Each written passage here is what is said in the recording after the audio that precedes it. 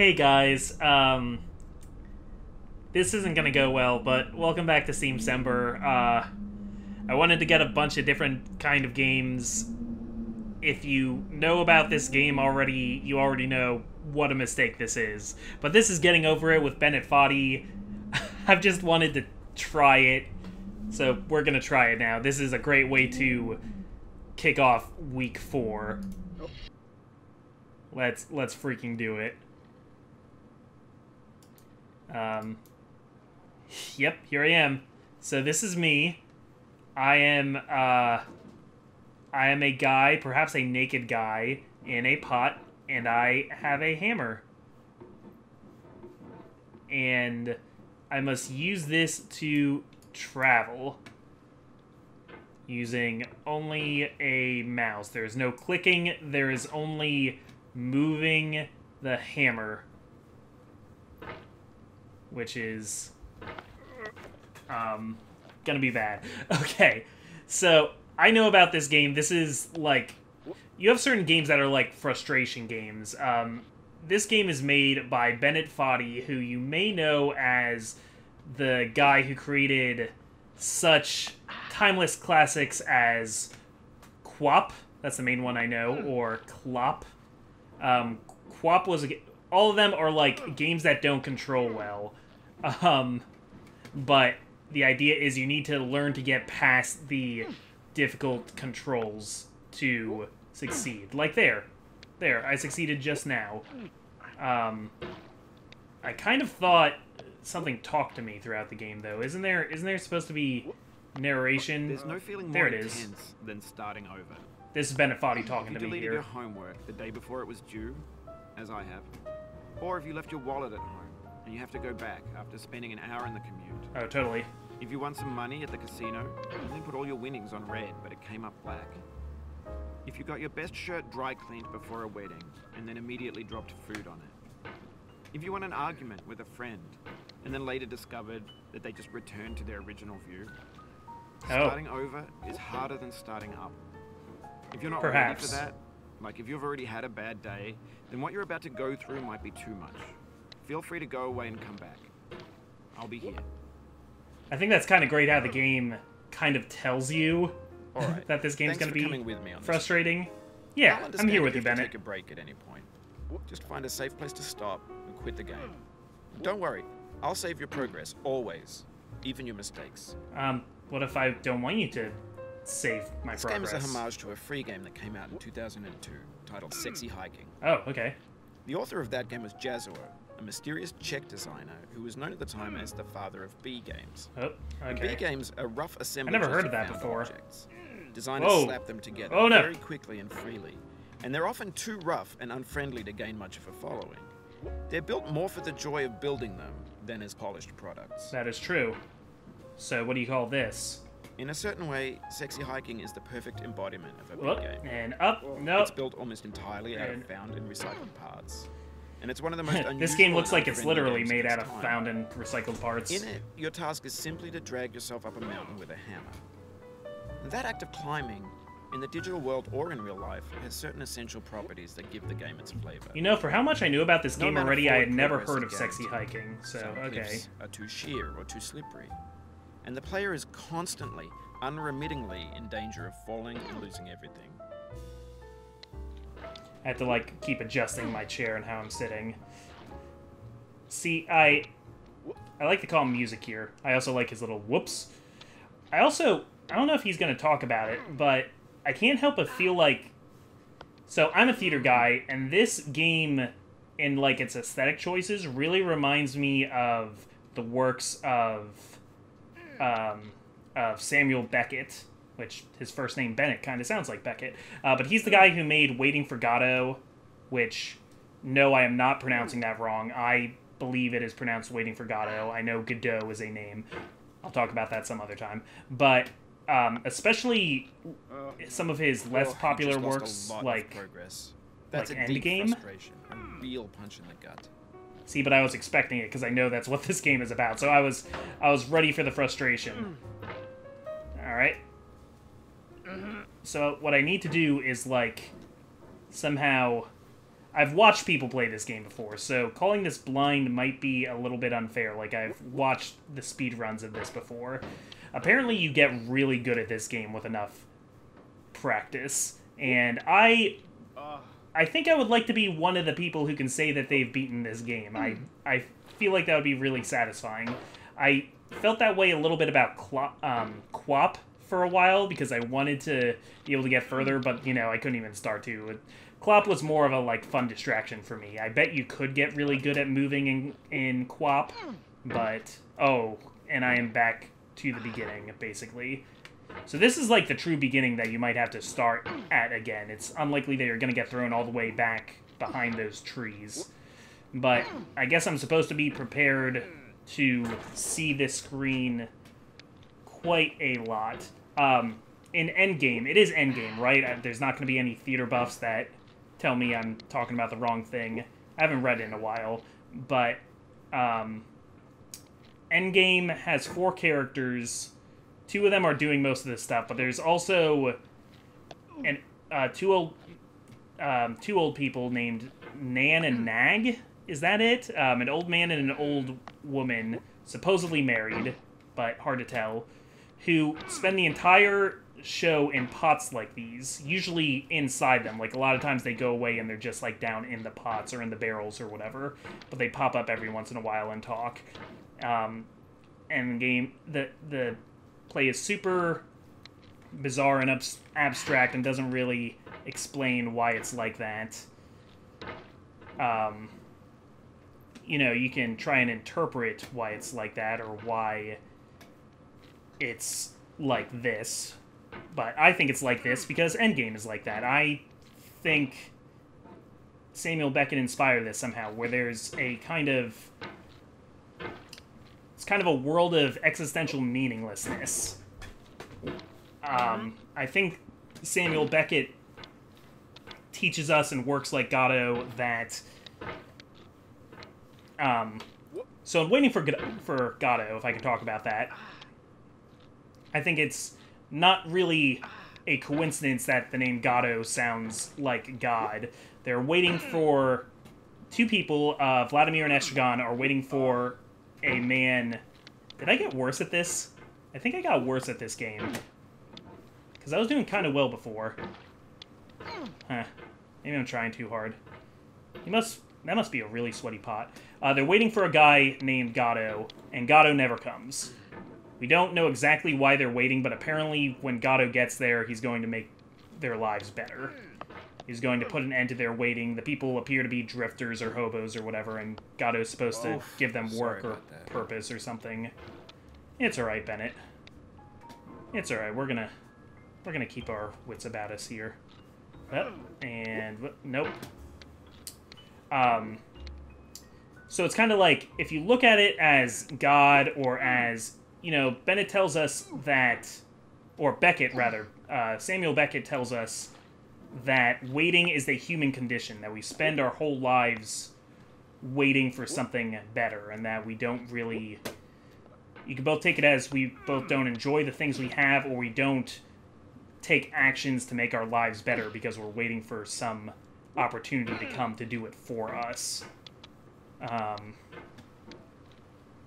And in the same way, you know, I think in this game, like, you can't... There's not a strategy, there's not a way around it. If you want to beat this game, the only thing there is to do is to get good at it. There's not a trick, there's not something that you can equip to make it better, there's not a secret spot in the wall that makes it easier. There's not even really, like, strats. Like, I'm sure the speedrunners have strats and skips and stuff that they use, but that's not really a thing. Alright, I want to lower myself, maybe, and whoop, and yes! Sometimes you just kind of get some momentum, though, and it's nice. I need some, like, serious momentum to get over this one sharp rock, though. Like, I think I need to do all the jumps below it just right. Yes! Yes! Yes! Feels good, man. There's a little coffee up there. It'll be nice. It'll be a nice little break. I would like to talk more about Beckett, but it's kind of hard to do that and Anyway, when you concentrate. start Okay, sexy there we hiking, go. You're standing next to this dead tree Oh. that blocks the way to the entire rest of the game. It might take you an hour to get over that tree. A lot of people never got past it. You prod and you poke at it, exploring the limits of your reach and your strength, trying to find a way up and over. And there's a sense of truth in that lack of compromise. Ooh. Most obstacles in video game worlds are fake. You can be completely confident in your ability to get through them. That's Once true. you have the correct method, or the correct equipment, or just by spending enough time. In that sense, every pixelated obstacle in sexy hiking is real. Huh, interesting. I mean, The like, obstacles in sexy yeah. hiking are unyielding, and that makes the Oh, game no. uniquely frustrating. No! But I'm not sure Jazuo intended to make a frustrating game. The frustration is just essential to the act of climbing, and it's authentic to the process of building a game about climbing. Yeah, authenticity, A funny sure. thing happened to me as I was building this map. I'd have an idea for a new obstacle, and I'd build it, Okay. test it, Yeah. and it would usually turn out to be unreasonably hard. But I Alright, couldn't I bring do myself not want to make it fling easier. myself It already over this felt like too my hard. inability to get So, past the whoop, new obstacle Nope. was my fault, as a player rather than as a builder. Imaginary mountains build Oh. themselves from our efforts to climb them. And it's our repeated attempts to reach the summit that turns those mountains into something real. See, I know some people like Catechirus really didn't like this game and really didn't care for all of his pontification, and thought that, you know, Bennett Foddy was just being, like, kind of, what's the word I'm trying to grasp at here? Not esoteric, but a little, not facetious. Like, putting on airs, you know, oh man, I can't think of my words right now. This is hard. I think this pot is full of water. So at least I'm cool while I'm doing this, but that must make it even harder. This guy, look at his arms. He's jacked. He's not only moving his own body weight with just his biceps, but also, like, crap ton of water. Alright, maybe if we, like, poof, and yeah, no, yeah, get him, alright, nope. Sorry, I keep losing my train of thought. Maybe this is not a game that should be talked about while doing it. I feel like I'm getting through this faster than other people I've watched play this for the first time, though, because, you know, I've observed them and I've kind of gotten to see a little bit of how it works. But it's not the same until you play it yourself. I've never felt these controls until today, until just 10 minutes ago, more or less. Oh, no. This part does not look like it should be so hard, but it's actually really steep and there's nothing to grip onto. Okay, let's... no! That was bad. And now I'm in the trash. No, oh. Getting a little excited. Get a little too excited. It's okay. Let's calm down. And get up. Cool. But, like, this game talks... I thought it was interesting how Bennett Foddy tells you right away, like, oh, no. Keep on trying. Don't let it get to you. I won't, Bennett. I am... You know, maybe you clicked on this video because you wanted to see comic rage at something, but you know what? I'm not going to do it, because this is Steamcember. It's a beautiful time of year that I just made up recently. And everything we do here is temporary. If I don't want to play this game, I don't have to after just 30 minutes, unless you guys vote for it. So I guess if you want to torture me that way, you can give this video a whole bunch of likes, and it might beat out the other games. We're a little more than halfway through Steamcember now. This thing that we call failure is not the falling down, but the staying down. Yeah. Mary Pickford. Wonder who Mary Pickford is. Hey, future comic, who's Mary Pickford? Put a short biography of her on the screen, please. Wish I was playing with someone else, because then they could tell me who Mary Pickford was right now, and that quote would mean a lot more to me in the moment. But... oh man, I'm really bad at this part now, because I've been doing the other part now. I'm, like, out of practice for this part. See, that house is harder because it's a long surface, but I'm starting to get an idea for, like, the physics of this. I have had so many points that I was going to make that I just forgot how to make. See, the rock part there kind of was, like, semi-safe from falling back down, but it was still possible with just the wrong set of moves to come down. In this case, flinging yourself over that mountain, just like overshooting it. No. See, I'm not clicking or anything. I'm really just moving my mouse in circles. Oh no, grab the tree. Okay. And if I get too close to under the tree, then I can't do it. I can't bring myself all the way around. Should I skip ahead to when I get back up there? Well, here's the thing. I don't know when that's going to be. That could be an hour from now. It all depends on me. It all depends on how... No, I'm giving you guys the real-time experience. If that is boring to you, hey guys, it's okay. You can turn off, you can change the video right now. Maybe come back again later. So here's the thing with maybe some of the critics who didn't like this, and it's okay if they don't like it. You know, not everything needs to be liked by everyone. This is made for people who are interested in overcoming it.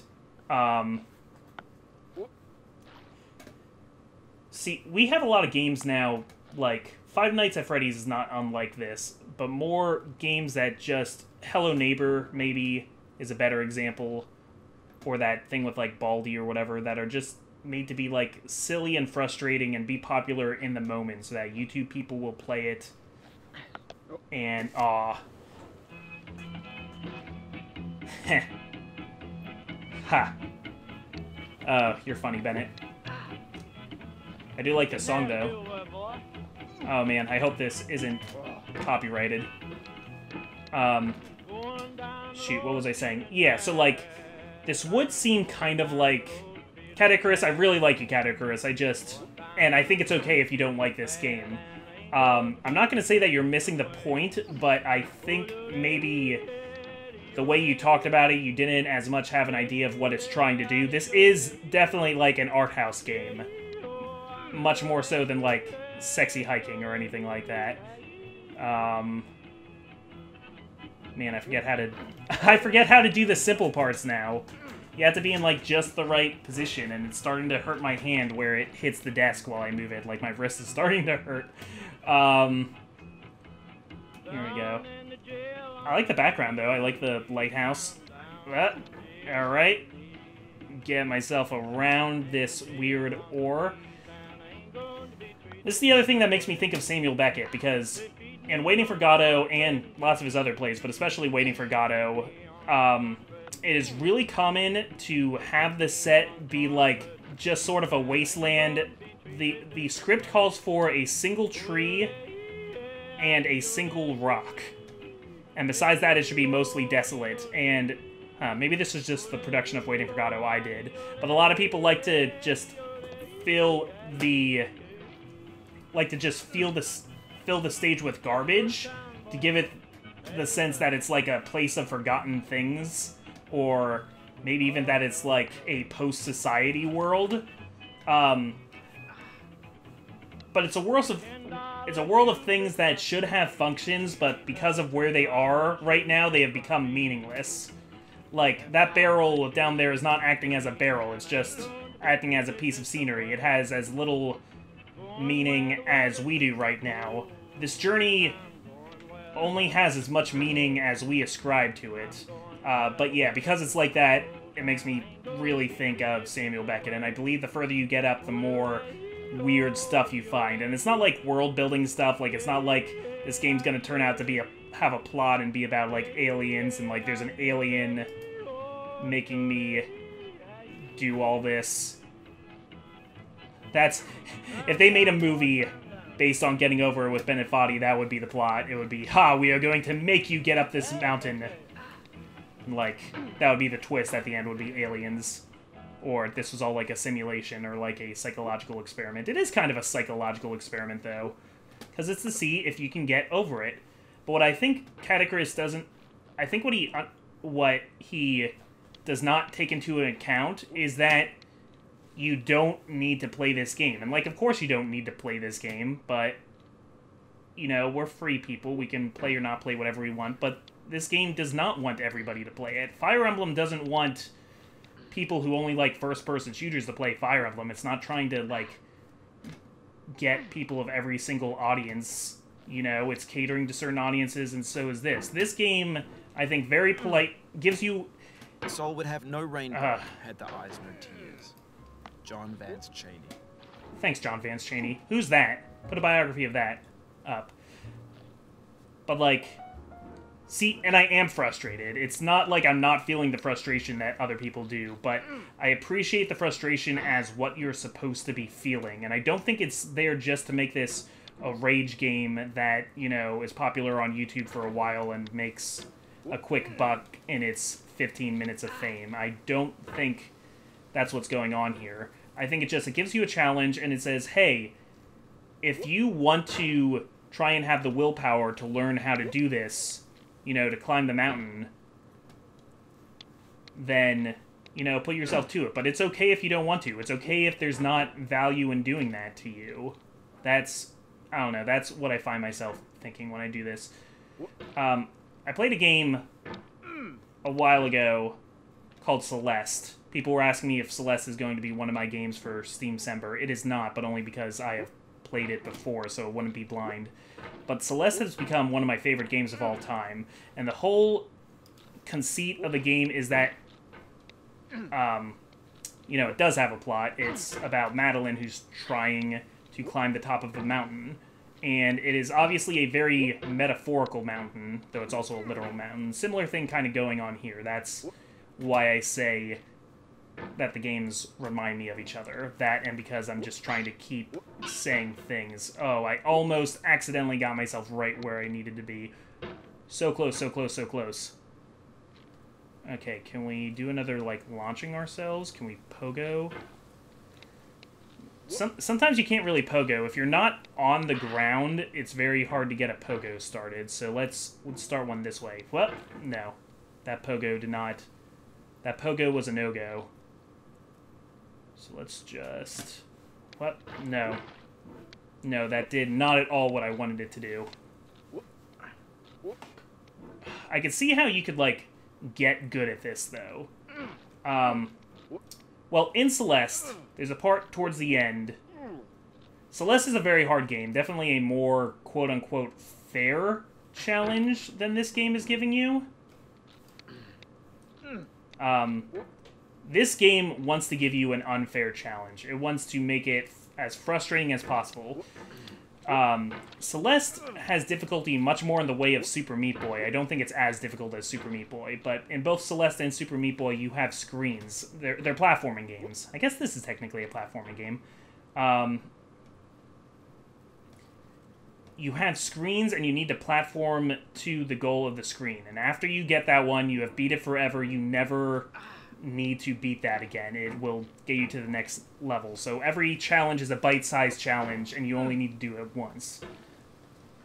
Getting over it is really fascinated with a thing that we normally hate in video games, which is, like you said right at the beginning, having to start over. This game expects that you'll be doing the same things a lot, that you'll be taking hours to solve just the very first parts of this game, which is why I've mostly seen videos of this mountain, not of the later parts as much. And that's usually, you know, if something makes us want to start over, or if something is forcing us to start over from the beginning now, we hate that. I mean, we always kind of hated it. That was why save points were so important. Okay, here we go. I remember loving the Propeller Knight level in Shovel Knight. When you're building a video game world, you're building with ideas. And that can be like working with quickset cement. You mold your ideas into a certain shape that can be played with. And in the process of playing with them, they begin to harden and set until they're immutable, like rock. And at that point, you can't change the world. Not without breaking it into pieces and starting fresh with new ideas. Okay. Oh, so we get to hear kind of his philosophy of video game design, and I think, I mean, Bennett, what have you really made that's like, that makes you such an expert of video game design? But I really like his video game design philosophy, even if this and QWOP are his greatest claims to fame. I know there are, like, video games in some museums, some places. I would like this in it.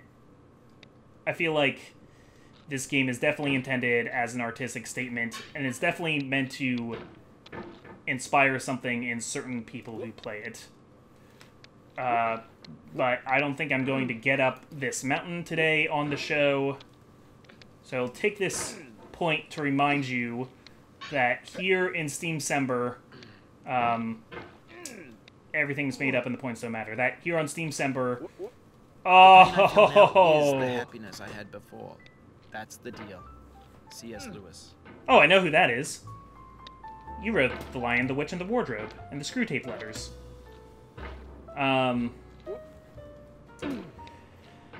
Well, what better place to end this than at the beginning, I guess. Yeah, you guys know how it works by now. Hopefully, if you want to see more of this, tell me in the comments. Give this video a like if you liked it. Even if you don't want to see more, leave a comment, let me know what you thought. And thank you for watching. I will be back tomorrow with a brand new game. I don't want to hit this one over the head too much. I'll find it very interesting if you guys actually elect to see more of this, because I guess then I would be duty-bound to finish the game, and I kind of wonder what my videos would look like if that's what I was doing. Sorry I'm not raging at the screen, but I appreciate the artistic statement of this too much. I'm not going to give you that rage. That's just You can hit the escape not who key I if you need am. to change the mouse sensitivity. That might be a decent idea, but no, I think I'm good with working with what I got right now. Okay, so I'll do some pull-ups, and I will see you more tomorrow with a brand new game, and maybe a brand new controller, because my Xbox controller has been giving me trouble. This is mouse and keyboard, so it hasn't really been an issue for me. I want to get further, but it's hard. Life is hard.